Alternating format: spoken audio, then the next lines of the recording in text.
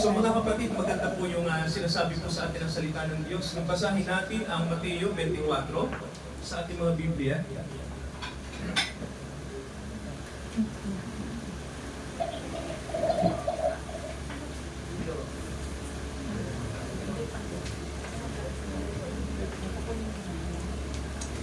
So ito po yung ating mababasa, Mateo 24, at babasahin po natin yung sinasabi po sa Biblia, no, yung ito po nakasulat po sa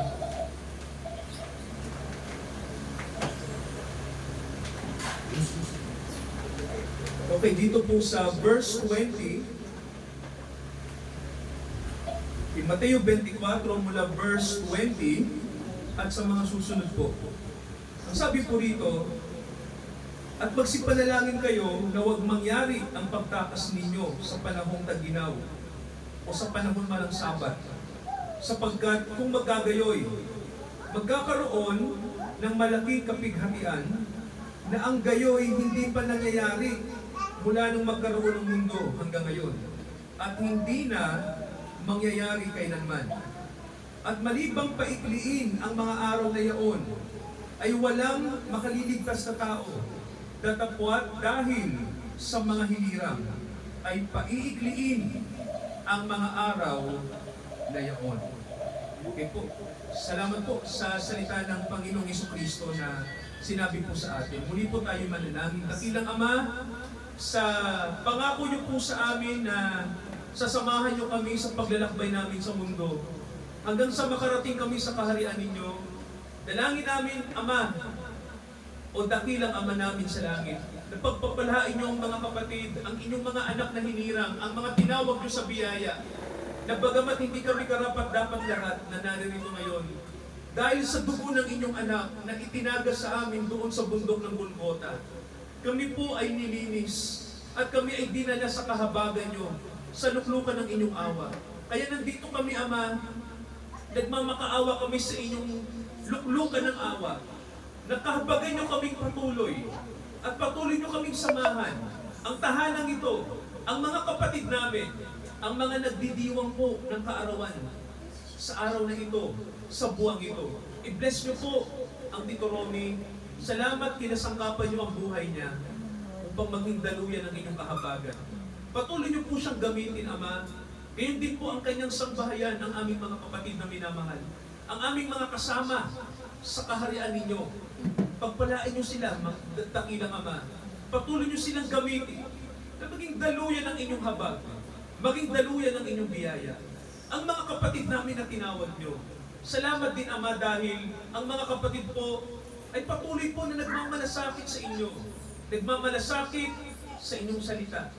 Dakilang Ama, nawa po sa araw na to, kami mapagpala sa lahat ng aspeto.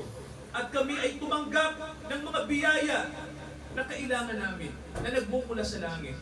Salamat, Ama, sa magandang araw na binigay niyo sa amin, sa August 11 na ito, 2024, na patuloy niyo kaming binibless, patuloy niyong samahan ang mga kapatid namin, buksan niyo ang aming puso sa inyong ipahahayag through the Holy Spirit. In the name of the Lord, Yeshua HaMashiach, the Lord Jesus Christ. Amen. Amen. Maganda po mga kapatid yung sinabi ng Panginoong Jesucristo sa atin na sinabi niya po yung masamang balita muna sa Israel. No? Mayroon pong, sabi nga sa Bible po kasi, ang mabuting balita po hindi nagiging mabuti kung wala mo ng masama. No? So, sabi ng Biblia sa atin mga kapatid, may tinutukoy po na event. Isa pong pangyayari na mangyayari po sa ating mundo. Ano po yon? Ito po yung sinasabing dakilang kapighatian. Alam niyo po, gusto ko pong isama po yung dumating na COVID-19 noong 2020 no, sa buong mundo. Ito po yung nakalagay sa Biblia. No? Nakalagay po sa Mateo 24. Tingnan niyo po ang sabi ng Bible. Pagbasahin ko sa English, chapter 24, verse 7 ng Mateo. Ang sabi rito, nation shall rise against nation, kingdom against kingdom. And there shall be famines and pestilences and earthquakes in diverse places.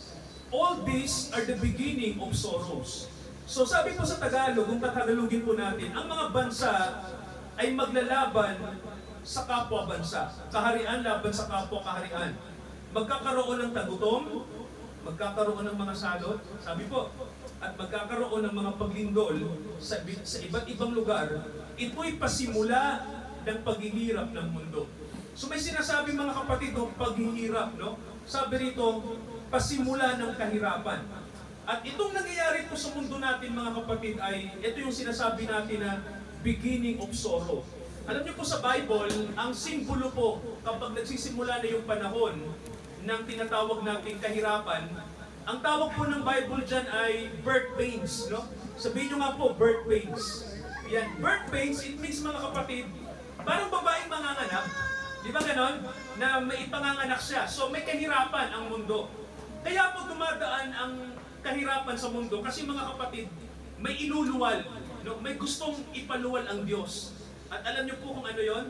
Yung kanyang pangako, no? Kasi di ba nangako ang Diyos, babaguhin ko ang lahat ng bagay, di ba sabi niya? So, kailangan may iluwal, no? Kaya ang mundo ay nasa birth pains. Ang tanong, sino ba yung iluluwal ng mundo? No? Sino ba yung sinasabi ng Biblia na hinihintay ng mundo na mailuwal? Sino po ba sila? Basahin ko po yung Romans chapter 8. Okay, ito nakalagay mga kapatid, no? Romans chapter 8. Okay, pakinggan nyo po, sino ba yung hinihintay ng mundo? No? Sino ba yung hinihintay niya na tutubo sa kanya? Romans 8, basahin ko po yung nakasulat sa verse 19. Ito po ang sabi, sapagkat ang maningas na paglimithi ng buong nilalang ay naghihintay ng kapahayagan ng mga anak ng Diyos. Yan po, no? Sapagkat ang buong nilalang ay nasakop ng kawalang kabuluhan. Hindi ito ayon sa kanyang kalooban, kundi dahil gusto ng Diyos, siya'y umasa sa Kanya, na ang buong nilalang ay magiging malaya mula sa pagkaalipin ng kabulukan, sa kalayaan na maluwalhati ng mga anak ng Diyos. Kasi meron tayong binasa, no? Ang hinihintay po pala, mga kapatid, no, ng mundong ito, para magkaroon ng tunay na mundo, no? Tunay na kasaganaan, no? Maalis po yung korupsyon, no? Maalis yung kahirapan, maalis yung sinasabing gutom sa mundo. May sinasabi sa Bible na ang mga anak po ng Diyos ang itinalaga, no? Sila po'y mahahayag. Ibig sabihin mga kapatid, ang mga anak ng Diyos, sila po yung gagamitin ng Diyos para magkaroon po ng kaayusan sa mundo, no? Pero bago po mangyari yon, kailangan munang dumaan tayo, no, sa sinasabing pasimula ng kahirapan. May tinatawag pong ganun, ano? Ang tanong, ano po bang mangyayari sa panahon na yan? Well, mga kapatid, basahin natin, ano? Ano ba yung mangyayari sa panahon ng kahirapan na tinatawag? Basahin ko ulit yung Mateo 24. Tuloy natin yung pagbasa. Ang Panginoong Jesucristo, ito yung kanyang sinabi. Pag dumating na yon, ano po bang mangyayari sa mundo? At ano ang mangyayari sa mga kapatiran, no? Sa mga simbahan, partikular, no? Sa mga churches, sa mga religious organization, sa politika, anong mangyayari? Anong mangyayari sa kaugalian ng mga tao? Basahin ko po sa inyo. Tingnan nyo mga kapatid, chapter 24 ng Mateo, basahin ko po yung verse 9. Ito ang sabi, kung magkagayon, ibibigay kayo sa kapighatian. Kayo'y papatayin, kayo'y kapupuutan ng lahat ng mga bansa dahil sa aking pangalan. Mga kapatid, gusto ko pong ulitin yung verse na yun, ano? Na pag nagsimula na yung kahirapan sa mundo, gusto ko pong ulitin yun kasi mga kapatid, maganda alam natin to. Okay, ito ang sabi. Kung magkagayon, ano pong sabi? Ibibigay kayo sa kapighatian. Kayo'y papatayin, kayo'y kapupuutan ng lahat ng mga bansa dahil sa aking pangalan. Ano po yung napansin nyo mga kapatid? Ganito lang, alam mo, simplihan natin ha. Sabi ni Kristo, kapupuutan ang mga anak niya ng lahat ng mga bansa dahil sa kanyang pangalan. Ano pong ibig sabihin nun? Mga kapatid, kanina, narinig niyo ba yung binanggit ni Sir Alan? May narinig ba kayong binanggit na kanina? Tungkol sa China? Okay. Di ba mga kapatid, si Xi Jinping at ang buong Communist Party ng China, ayaw nila sa Kristiyano. Nakikinig po ba? Galit sila sa gospel. Ang Pilipinas ay bansa na open tayo na mangaral. Tama ho ba? Pero sa China, bawal. Nakikinig po ba? Sa China, mahirap mangaral. Pero, ano pong sabi sa atin ng balita? Maraming Kristiyano sa China nakatago lang. Saan sila nakatago, pastor? Sa mga sikretong, sa mga sikretong bahay, hindi sila nagpapakitang Kristiyano sila, no? So, alam niyo po, hindi mapigilan ng Chinese government na ang mga Chinese ay makatanggap ng kaalaman tungkol kay Jesus Christ. Ayaw talaga nila, no? Kaya nga, di ba, 2 billion ang tao sa China? Mga ganyang karami. Alam niyo po yung 130 million na Kristiyano, kukunti pa lang yun. Di ba, sir? Ilan po bang Kristiyano sa China? 130 million, di ba? Di ba marami? Pero alam niyo po, ikumpara niyo sa population ng China kung ilan. Wala pa po sa kalahati. Napansin niyo po, kukunti lang ang Kristiyano sa China. At ito yung matindi. Hindi mapigilan ni Xi Jinping ang pagdami ng mga Kristiyano. Hindi nila mapigilan. Alam niyo po ang ginawa ng government ng China? Alam niyo pong ginawa? Mga kapatid, pakinggan niyo to. Di ba? Ano ang basihan ng Kristiyano para makilala ang Diyos? Ano po yung basihan? Ang Bible. Alam niyo pong ginawa ni Xi Jinping? Tumawag siya ng mga publisher. Kunin ang mga Bibliang Chinese, iribisa, baguhin ang mga laman. Alam niyo po ang Bible ay kinurap ng Chinese. Alam niyo mga kapatid, ito ang Bible, iniba nila. Gumawa sila ng ibang Bible. Kasi mga kapatid, may karunungan din ng Diablo no?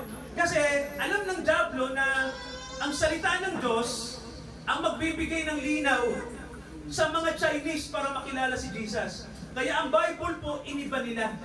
Marami silang binago. Halimbawa, tulad dito, di ba sabi, for God so loved the world that He gave His only begotten Son. Alam niyo, binago yun. At ito yung matindi, si Jesus, pinalalabas na masama. Hindi po siyang Savior. No, para ang Kristiyano ay huwag nang maniwala kay Jesus. Ganun mga kapatid, no? Iniba ng Chinese ang Bible. Alam niyo, nakakatakot yun, tama ba? Kasi, alam niyo, sa panahon natin, marami, alam niyo, ito lang naman ang basihan ng Kristiyano, di ba? Para makilala natin ang katotohanan. Ito lang yung basihan, mga kapatid, no? Sino po nagbabasa ng Bible? Sino po ang nagbabasa araw-araw ng Bible? Mahalaga po na mabasa natin ang Bible. Dito natin makikilala ang tunay na Diyos. Iniba ng Chinese yun. Para lang, huwag dumami ang mga Christians, no? Pero mga kapatid, alam niyo po ba, mahirap yung ginawa ni Xi Jinping? Kasi ang mga Chinese, ito po, no? Dito talo mga Pilipino. Ewan ko kung baka ito talo tayo dito. Sino mas maraming Kristiyano? Sa China o sa Pilipinas? Yung totoong Kristiyano, sir? Kung sa totoo. Di ba marami sa China? Sa Pilipinas kasi ang Kristiyano dito, hindi naman yung Kristiyano talaga na biblical. Tama ba? Mas marami yung galing sa pagano. Tama ho ba? Di ba? Hindi biblical yung Christianity sa Pilipinas. Kung konti lang din. Kung ang mga born again po, bibilangin natin sa bansang to, hindi sila marami, hindi tayo madami. Kung konti lang din tayo. Mas marami yung Kristyanismo na galing sa pagano. Yun ang totoo. Ngayon, eto makinig kayo mga kapatid, mahalaga to. Alam nyo po, eto, sa China, ang Biblia pong tunay, yung tunay na Bible na translated sa Chinese. Alam nyo ho ba na kailangan nilang lumabas ng walang Bible? Sila'y mag-ipon-ipon ng walang dalang Bible. Ano ang ginagawa nila? Bakit sila nakakapag-convert? Paano sila nakakapag-evangelize? Kaya ang Bible na bawal. Mga kapatid, alam niyo kung eto, talo tayo. Kabisado ng mga Chinese. Kabisado nila ang Bible. No? Ang Mateo, kabisado nila. Ang Mark, ang Romans. Binabasa nila to. Iniintindi nila ng buong puso. Para kahit wala silang Bible, alam nila. Ako mga kapatid, matagal ng pastor. Pero ang Bible, hindi ko kabisado ng verse by verse. Yun ang totoo, no? Nakakabisado ko lang yung mahalagang mga verses. Yung mga vital verses, kabisado ko. Pero yung talagang kabisado ko ng letra por letra, nahihirapan ako, no? Maliban na lang kung talagang tutukan ko to ng matindi, no? Makabisado ko to, lahat letra by letra. Pero, ang mga Chinese na gawa yun, tama ba? Matindi pa yung apoy na nasa kanila. Kaya, kasi mga kapatid, ang mga Chinese, bawal ang Kristiyano sa kanila eh. So, kailangan nilang gawin yon. Tama ba ang sabi ng Bible na maraming magagalit sa mga Kristiyano? Di ba? Di ba tama ang sabi ng Mateo 24? Di ba ang sabi nila na Ang sabi ni Jesus, maraming mga bansa ang magagalit dahil dinadala niyo yung pangalan ko, di ba? Basahin ulit natin mga kapatid, no? Anong sabi po? Ito nakalagay. Ang sabi, kapuputan kayo ng mga bansa dahil sa aking pangalan. Chapter 24, verse 9. Dito sa bansa natin, malaya tayo. Tama ho ba? Pero ang mga Kristiyano po sa ibang bansa, hindi sila malaya. Pero dahil po sa kanilang apoy, no? Hindi po sila natatakot. Handa silang mamatay para sa Panginoon. Ito yung nakakalungkot din mga kapatid, no? Dadami din, ito ang sabi ng verse 10. Samahan niyo po ako. Matthew 24, verse 10. Ang sabi po ito, kung magkagayon, marami ang matitisod at marami ang magkakanulo sa isa't isa at marami ang mapupuot sa isa't isa. Bago pala mag-rapture, no? Bago pala mag-rapture mga kapatid, darating itong sinasabi na ang immorality ay lalaganap at kahit po sa loob ng mga church, magkakaroon ng mga sari-saring problemang pangmoral. Diba ang sabi, magkakanuluhan sa isa't isa. Ibig sabihin po, hindi pag-ibig ang iiral, no? Sa mga religious organization, kahit yung mga nasa church, mga kapatid, no? Marami ang problema ang papasok. Kaya po, eto sinabi na ng Panginoon to, di ba? Ang sabi po, ang nakalagay, tingnan niyo po ang sabi, marami ang matitisod. Di ba dahil doon? Di ba nagiging katitisuran kapag may isang Kristiyano po, naging immoral. Tama ko ba? O kaya, inaway tayo. Ako, naranasan ko mga kapatid. Kayo rin siguro, no? Di ba minsan may umaaway sa inyong Kristiyano, no? Feeling nyo, mapuputi sila, di ba? Parang tayo din, no? Pero pag umiral yung kahinaan nila bilang tao, di ba? Nakakatisod, mga kapatid, di ba? Ang sabi ng Bible, marami ang matitisod, sir. No? Kaya nagiging katitisuran, no? Marami ngayon ang nagiging katitisuran po. Totoo po yan. Eto mga kapatid, gusto nyo matisod? Ito para alam nyo na tama ang Bible. Alam nyo po si Rabbi Zacarias, isang Indiano na kilalang pastor sa India. At isa rin siyang, ano rin siya American Indian. Alam nyo ba na magaling siyang mangaral ng Bible, no? Magaling siyang mag-preach. Sa buong mundo nakakarating siya. Pero alam nyo po, alam nyo ginawa ng Diablo sa kanya, no? Para maging katitisuran siya. Alam nyo nung mamatay siya, bigla na lang may dumating na mga babae. At ang sabi po sa social media, at ang sabi din doon sa buhay ni Rabbi Zacarias, ang sabi sa kanya, yan, yung pastor na yan, ginawan ako ng hindi maganda. Sabi, ano yun? Ano po yun? Kasi parang ang nangyari, ang kinikwento ng mga babae na nagsumbong, si Rabbi Zacarias daw, pag nagpupunta sa mga massage parlor, ay ginagalaw niya yung mga babae. Ang daming nagsabi, no? So, nagulat ang mga Kristiyano sa balita na yun, no? Na, ginagalang namin tong taong to, how come na si Rabbi Zacarias, ang sabi nila ay nanggagalaw ng mga babae. Nung nalaman ng asawa niya yan, nalungkot yung asawa niya kasi hindi alam ng asawa niya kung totoo ba yung akusasyon o hindi. Baka sinisiraan lang siya. May mga nagsasabi pong totoo. May mga nagsasabi naman na paninira lang. Pero mga kapatid, isa lang po ang gustong gawin ng Diablo dyan. Alam niyo kung ano? Matisod. Tama ba, no? Matisod ang mga Kristiyano. Alam niyo po ang totoo lang, ito pong totoo. Matitisod tayo kung sa tao tayo nakatingin. Nakikinig po ba? Pero kung nakatingin tayo sa salita ng Diyos, nakikinig po ba? Pero kung sa salita tayo ng Diyos nakatingin, hindi tayo matitisod. Alam niyo kung bakit? Sinabi na ng Bible no? Pinagpoon na ng Bible na maraming magiging katitisuran. Sabi, no? Sa loob ng mga church, kahit sa mga religion, kahit sa mga pamilya. Sabi po pero sabi ng Panginoon, ito'y kailangan mangyari sapagkat ito yung mangyayari sa hinaharap, sabi ng Panginoon. Nangyayari na nga po, tama ba? Yan na, no? Marami nang natitisod.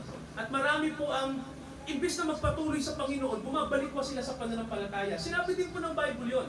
Kaya lahat ng nakalagay sa Bible, mga kapatid, di ba? Yung hula na nandito, totoo po bang nangyari o hindi? Totoo, no? Nangyari po ang sinasabi ng Biblia. Kaya ito pa sinabi ng Panginoon sa atin, no? Pakinggan yung mga kapatid doon, no? Ito pa ang sabi. Ang sabi dito, magsisibangon ang maraming bula ang propeta at ililigaw ang marami. Totoo po ba o hindi? Yung sinabi ng Panginoon. Totoo. Di ba, Tito, naalala nyo, di ba? Si Kibuloy, 10 milyon na yung nakapatong sa ulo. At 10 milyon na yung nakapatong doon sa kay Kibuloy, di ba? Pero alam niyo po mga kapatid ito, no? Sabi nga alam niyo hindi mahuhuli. Hindi siya mahuhuli ng mga pulis. Di ba pinapahuli siya ni Pangulong Marcos? Hindi siya mahuhuli. Hindi siya mahuhuli mga kapatid. Alam niyo kung bakit? Alam niyo kung bakit? Sino po nagtatago sa kanya? Sino po ang nagkakanlong kay Kibuloy? Hindi tayo sure. Alam niyo kung sino? Huwag na yun. Pero hindi ako sure, pero may nagsabi sa amin Alam niyo kung sino? It is si dating Pangulong Duterte din. Uy, bigate. Bigate. Di ba? Paano mahuhuli kung tinatago ka ni Digong? Si Digong may impluwensya hanggang ngayon. Tama ko ba? So mga kapatid ganito, hindi talaga mahuhuli yun. Nasa Davao lang talaga yun. Pero dahil protektado siya ni dating Pangulong Duterte, hindi siya mahuhuli. So mga kapatid, eto simple lang. Alam niyo po, ganito, sabi ng Bible, ang mga bulaang propeta ay nalaganap. Tama po ba? At magkakaroon sila ng influensya sa politika. Yan ang totoo, no? At mga kapatid, ito, yung mga bulaang propeta po, hindi lang po yung mga nagsusulputang bagong relihiyon, tulad nila Kibuloy. Ang mga bulaang propeta po, nasa loob ng mga churches. Nasa loob ng mga mainstream, no? Ano po yung mga sinasabi kong mainstream? Yung mga organized na yung matatagal ng church. Yun po ang totoo, no? Yung mga matatagal ng simbahan. Mapakatoliko o mapaprotestante. Nandoon na po yung mga maling aral. Ito po example lang. Di ba mga kapatid sa mga simbahang protestante, ikinakanlong yung ideology ng mga pulahan. Alam niyo po ba pag sinabi kong pulahan? Ano pong ibig sabihin nun? Yung mga nasa left, yung mga makakaliwa. Maraming mga pastor sa protestante ang makakaliwa. Mga bishop makakaliwa. Sabi ng Bible sa atin, ang mga makakaliwa, mga kapatid, ay hindi sa Diyos.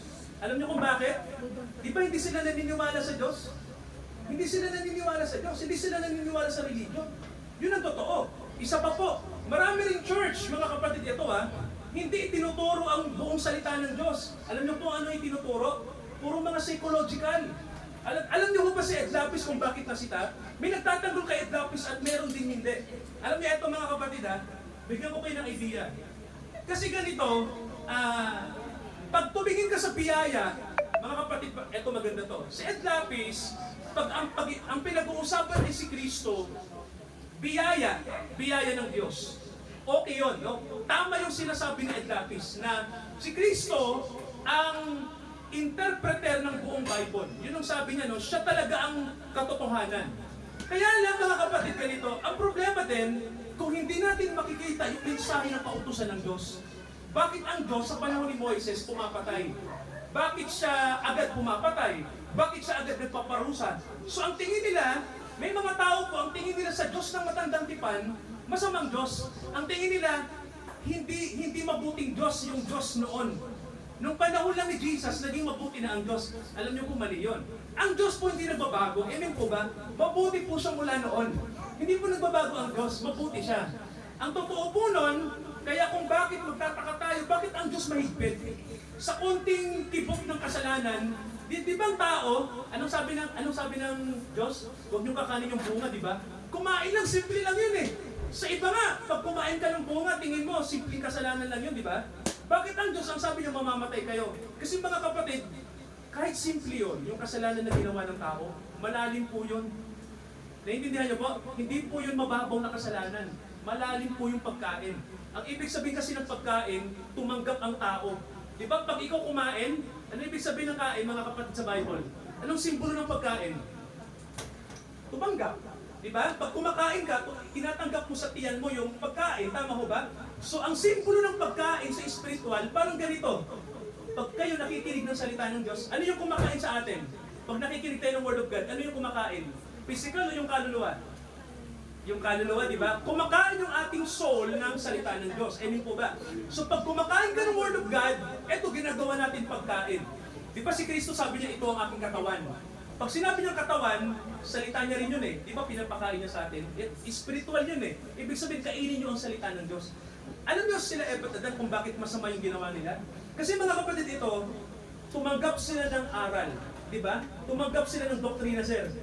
At yung aral na yon hindi galing sa Diyos. Tama ko ba? Sino nagbigay sa kanila ng aral? Di ba yung ahas? So kung titingnan nyo, ganun din po sa panahon natin, no? Lahat ng tinatanggap ng tao, hindi mabuti. Lahat ng ating tinatanggap, no? Kailangan, hindi ka basta-basta lang nag-a-accept, no? Hindi lahat ng sermon galing sa Diyos. Hindi lahat ng doktrina galing sa Diyos. Hindi lahat ng mga nagsasabing hallelujah galing sa Diyos. Ito po, isang bagay to ha. Di ba mayroon tayong mga kaibigan, sinasabi nila na, naniniwala kami sa healing. Maraming gumagaling. Sa mga kaibigan natin sa tinatawag na Oneness Pentecostal, maraming gumagaling mga kapatid, no? Kaya nga marami silang naaakit na tao kasi yung healing nagagawa ng mga Pentecostal na Oneness. Alam niyo po yung problema? Ito, hindi yung healing eh. Hindi yung nagpapagaling sila. Alam niyo po yung problema ito. Kung tatanungin natin sila, sino po ba ang Diyos sa inyo? Ang sasabihin nila, yung Ama, siya din si Jesus. Ganun mga kapatid, no? So, alam niyo po sa Bible, ang turo kasi ang nakalagay, ang Diyos bilang Ama nagpapakilala sa atin. Amen po ba? At bilang anak ng Diyos, bilang si Jesus at bilang ang Holy Spirit. So, ang Ama at ang Anak at ang Holy Spirit, iisang Diyos yan, pero may kanya-kanya silang, ano po yun? May kanya-kanya silang function, okay? Pag sinabi natin na ang tatay natin sa langit, yung din yung anak na namatay, mali yun. Kasi mga kapatid, lumalabas na, di ba yung, pag sinabi mong si Jesus din yung Ama, ibig sabihin yung, ang namatay sa krus, yung Ama. Di ba? Yung Ama yung namatay. Ang Diyos, hindi naman siya namamatay. Tama ho ba? Wala namang Diyos na namamatay. Ang Diyos Espiritu eh. Sino yung namatay sa krus? Yung anak na nasa laman. Siyempre, pag nasa physical ka, mamamatay ka. Tama ho ba? So, mga kapatid, ganito. May mga church na naka-focus sila sa healing at maraming gumagaling, praise the Lord. Pero pagdating sa aral, hello, nakikinig? Pagdating sa aral, hindi nila maabot. Alam niyo po, mali yun. Magkakamali tayo. No? Kasi alam niyo, sabi ng Bible, sabi ng Panginoon, marami sa panahon ng paghuhukom magsasabi sa akin, Panginoon, nagpagaling kami. At anong sabi ng Panginoon? Hindi ko kayo kilala. Diba? Pero ang tanong, bakit sila nagpapagaling? Saan galing yung kapangyarihan nila? Galing din sa Diyos. Paano nangyari yun? Hindi porket may kapangyarihan ka galing sa Diyos, ikaw ay tanggap ng Diyos. Parang ganito rin yan. Parang mga pulis. Saan nagagaling ang kapangyarihan ng pulis? Sige po, saan nagagaling? Saan nagagaling ang authority ng mga pulis para maging pulis? Sa kanino po galing? Ayon sa ating napagkasunduan, tama ba? Galing sa tao, di ba? Ang ating gusto bilang demokrasya, maging silang pulis. Ang nagbigay ng authority sa mga pulis, ang mga tao. Tama ba mga kapatid, no? Para gawin nila yung ano yung dapat gawin ng pulis? Gawin nila yung tungkulin nila. Tama ho ba? Ang nagbigay ng authority, tayo at ang Pangulo, ang Presidente, na kinatawan natin, no? Alam niyo po ba si Presidente, kinatawan natin? Sino nagluklok sa kanya? Tayo, di ba? Bonyato natin siya. So, ibig sabihin, ang gusto natin kay Pangulo, gawin mo yung trabaho mo para sa amin. Yun ang ibig sabihin, ano? Kung ano yung napagkasunduan natin na mangyari, yun.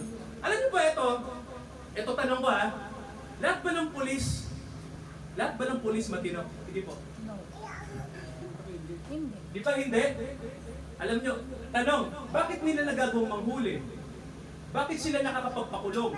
Bakit sila pwedeng gamitin? Di ba? Kung may mga pulis na hindi tama, simple lang din. Ganon din sa mga simbahan na mali at sa mga pastor na mali. Ganon lang din yun, ano? Mga pastor o mga church. Pero kung mali yung kanilang ginagawa at tinuturo sa tao, galing sa Diyos lahat eh. Magsusulit sila sa Diyos. Pero may authority sila galing sa Diyos. Tama ba? Bakit po? Binigyan ng Holy Spirit din ng pagpapagaling eh. Binigyan ng Holy Spirit para mangaral. Pastor, paano yan? O hindi porket binigyan sila ng authority ng Diyos, gagawa sila ng tama. Di ba? Di ba ganoon din? Ang mga politiko, tama? May authority sila, tama ho ba? O pag gumawa ng mali, mananagot sila o hindi? Mananagot. Si Erap, ano nangyari kay Erap? Yung mahuli. Si Erap. Di ba? Presidente yun ha? Pero dahil may mas mataas sa kanya, may ginawa siyang hindi tama, yun ang tingin ng iba ron, siya'y nahuli. Di ba? Mga kapatid, hindi lahat ng nasa authority, porkit nasa authority, masasabi nating tama. Hindi lahat, no? May gumagawa ng hindi. No? Kaya ang Diyos po ang magbibigay sa kanila ng parusa. Yun ang totoo, no? Kaya sa Bible po nakalagay, darating ang katikisuran, darating ang mga bulaang propeta. Mangyayari po yan sa panahon natin. No? Kaya malilito mga tao. Saan na ba ako makikinig ngayon? Ano? Kung maraming mali, kung may mga mali sa mga itinuturo, saan ako makikinig? Much better mga kapatid, ang Holy Spirit ang kausapin natin. Amen po ba? Kasi ang sabi ng Bible, ang Holy Spirit ang magdadala sa atin sa katotohanan. Alam niyo ho ba yun?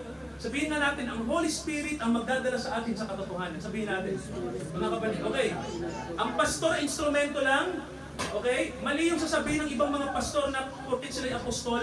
Naalala ko nung nasa Marikina kami ng asawa ko, may na-encounter kami doon na parang mga tiga-saan ba sila? Tiga-antipolo. At ang sabi, pastor, makinig ka doon sa pastor namin. Gusto niyo magpastor ka sa amin?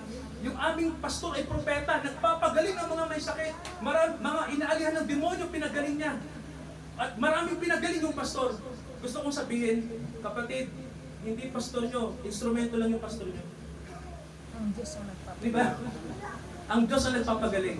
Tama ho ba? Ang Diyos ang nagpapalayas ng demonyo. Hindi po yung pastor nyo, instrumento lang. Pero itong mga taong to, nakatingin sila doon sa ano nila, na parang ginagawa nilang Diyos yung pastor nila. So mga kapatid, hindi ganon, no? Ihatid, ang isang totoong pastor, ihatid mo ang mga tao sa Diyos. Ihatid mo ang mga tao sa Diyos. No? Hindi sa sarili mo, hindi sa kanino man. Sa Diyos. Yun ang Diyos. No? Na nagbibigay ng liwanag sa atin. Di ba mga kapatid? At eto nakakatakot dito. May mga pastor po, nilalagay lang nila yung mga miyembro nila sa simbahan. Parang ganito, maging loyal kayo sa church nyo. Parang ganito, maging loyal kayo sa church natin. Di ba mga kapatid dapat ganito? Yung totoong pastor, maging loyal tayo kanino? Sa Diyos. Maging loyal tayo sa Diyos. Di ba mga kapatid, di ba? Kasi mga kapatid, maraming churches hindi na loyal sa Diyos. Yun ang totoo, di ba? Maraming mga churches hindi sa Diyos ang loyalty nila. Loyal sila sa organization nila. Tao. Pero hindi sa totoong Diyos. Sa tao. At loyal sa tao. May mga tao nagsasabi na, yung loyalty nyo, yung loyalty nyo sa tao. Ang totoo naman, lahat naman ng relihiyon kayo ng loyalty sa tao. Walang hindi. Maliban sa mga totoong anak ng Diyos, ang loyalty sa Holy Spirit. Kaya walang makakapagsabi ngayon na religion na sasabihin nila na ang loyalty namin ay hindi sa tao. Hindi po. Ito, for example lang alam niyo po nung nanggaling ako sa isang church, sa Marcela, nag-meeting kami, no? Kasama yung mga council. Meeting yon. Dumating yung superintendent namin, kasama ko yung ibang kapatiran. Ako, at yung board. Alam niyo po ba yung board? Para sa kumpanya, may mga boards eh. So, may dumating na mas mataas. Ang tawag namin superintendent. So, eto na, nagkaroon ng diskusyon na, medyo hindi maganda, no? Kasi, ang gusto namin, ipagpatuloy yung pagawain. Ang sabi nung superintendent, wag na. Ang sabi ng mga kapatiran, gusto namin si pastor yung manguna para doon sa paggawain namin. Sabi ng superintendent, wag na. Ayaw namin. Ganito po, alam nyo, nagkaroon ng diskusyon. Ito, simple lang to. Sabi ng isang sumagot, sabi niya, may nagtanong. Pastor, may tanong ako, sabi niya. Ano po bang dapat nating sundin? Ito sabi niya, ano po ba yung dapat nating sundin? Ang salita ng Diyos o yung batas natin? Yan, maganda, no? Ano po ba yung dapat sundin? Ang salita ng Diyos o yung batas na sinusunod ng aming sekta? Alam niyo, sabi ni superintendent, ito sagot niya, ang sinusunod natin yung batas natin. Ganda ng sagot, no? Ang sinusunod natin yung sarili nating batas. Pagbalik namin, natapos yung meeting, walang nangyari, nanalo yung superintendent. Nung kainan na, kainan na. Sinikreto ko ng treasurer. Okay, kilala ni Tito Romeo yung treasurer na yun. Treasurer dumating. Sabi sa akin, Pastor, di ba anti-Christ kapag sinabing yung batas natin yung dapat masunod, hindi yung salita ng Diyos? Opo. Sabi niya, di ba galing sa anti-Christ? Sabi niya, ginamit ni Tita yung word na anti-Christ. Di ba anti-Christ yun? Sabi ko, opo.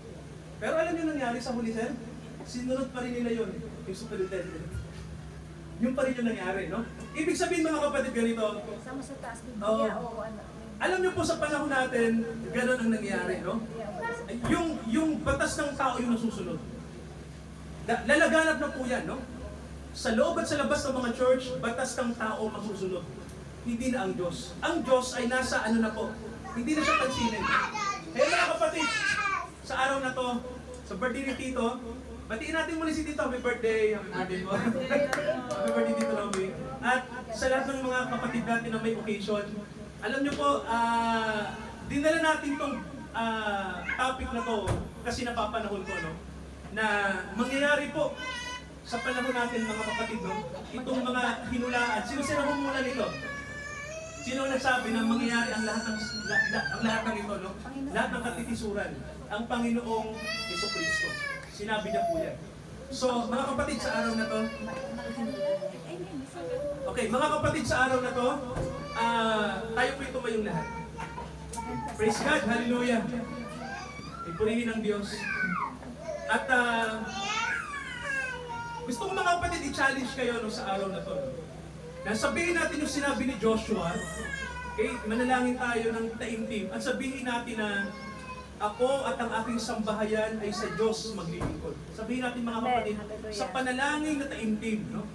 Ako at ang aking sambahayan Sa Diyos. ay sa Diyos lamang maglilingkod. Yan, sabihin natin yan mga kapatid. No? Sabihin natin yan na may panalangin sa puso. Sige po, simulan natin. Hallelujah. Praise God. Hallelujah. Ako at ang aking sambahayan ay sa Diyos lamang maglilingkod. Praise God. Sinabi yun ni Joshua, ilang libong taon na para ipakita sa atin na ito ang buhay na gusto ng Diyos sa atin. Na tayo'y sumunod sa kanyang utos, sa kanyang kapahayagan, sa kanyang salita. Dakilang Ama, pagpalain niyo po ang sambayanan ng De Los Reyes. Patnubayan niyo sila at patuloy niyo po silang kasangkapanin na maging daluyan ng inyong biyaya. Ama, ganun din po salamat dahil dinala niyo kami sa isang pagtawag at kaganapan na kayo ang may gawa upang kami ay makasama sa tinatawag na community ng mga born-again churches. Kami ay kabahagi ng mga born-again Christians. Father, i-bless nyo na dinala nyo kami rito para kami rin po ay magpatotoo tungkol sa mabuti at kaligtasan na ginawa ng inyong anak. Pagpalain nyo mga kapatid namin. Pagpalain nyo ang lahat ng pamilyang nandito. Pagpalain nyo mga matatandang bata, mga kabataan na nandito ngayon. Ama, salamat sa inyong kagandahang loob. Salamat po sa magandang araw na ito na ibinigay nyo. Ito'y blessed day sa amin. At kaming lahat, Ama, tanggapin namin ang biyaya sa araw na ito, sa sandaling ito. Samahan nyo kami, Father. Nawa po ang Holy Spirit ang gumabay sa amin. Dalhin kami sa katotohanan. Dalhin kami sa tinatawag na matuwid na pamumuhay. Dalhin kami sa matuwid na kaalaman. Dalhin kami sa matuwid na pananaw, matuwid na pananampalataya. Hindi baluktot, hindi mali. Dalhin niyo kami sa liwanag mula sa kadiliman. Salamat, Ama, sa araw na to. Pagpalain niyo kaming lahat na nandito ngayon. Ito ang aming panalangin. Ito ang aming samot panalangin. Sa pangalan po ng aming Panginoong Jesucristo, lahat po tayo magsabi ng Amen! Amen! Palakpakan natin ang Panginoon. Praise God! Hallelujah! Mga kapatid ay nakalimutan ko sabihin kay Jackie. No? Mga kapatid, sa atin pong yung box pala natin. Sa pagkakaloob po natin sa Panginoon. Praise God, no? Yung atin pong tithes and offering, mga kapatid, ay habang binibigay po natin, ay awitin natin sir yung awit na magandang awit po. No? Seek ye first the kingdom of God. Hallelujah. Magitara, ibigitara. Hello. Praise God. Ito wala sa tulo. Ano na sa tono, sir? Tono natin. Ako pa wala sa tulo. Praise God.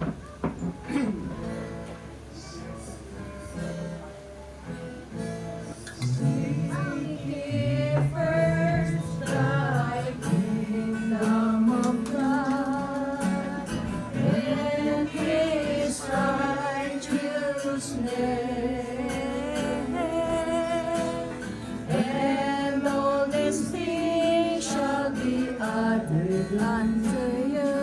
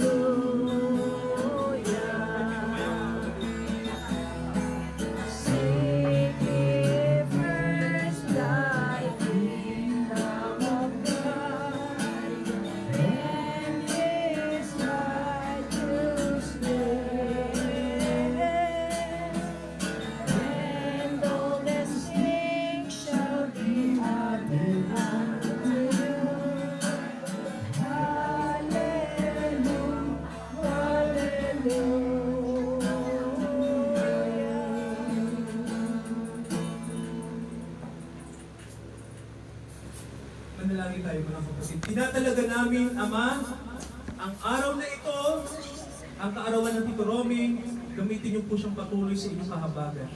Ganoon din po ang lahat ng mga kapatid na nandito ngayon. Salamat po na nakarating po ang iba sa amin. At kahit po yung iba po ay nasa kaabalahan, samahan niyo sila. Ama, maging mabiyaya ang araw na ito at maging kami produktibo sa araw na ito. Ang biyaya niyo po inyong ibuho sa amin sa patuloy na fellowship, sa mga gawain pa po namin, Ama, sa darating na mga araw. Sa Diyos na tumawag sa atin sa biyaya. Tayo ay kanyang samahan at ingatan ngayon at hanggang sa muling pagparito ng ating Panginoong Jesucristo upang dumating ang kahatulan sa mga bansa. Tayo ay kanyang masumpungan na nagtatapat sa kanya hanggang wakas. Amen, Amen at Amen.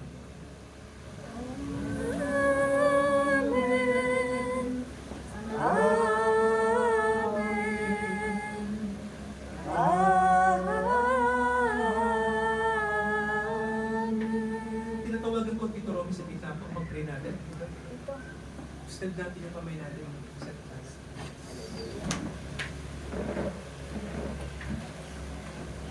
Di po, puntahan natin si Tito yung medyo malapit po. Praise God, pag-pray natin. Jesus. Hallelujah! Lord, Declaration of blessing.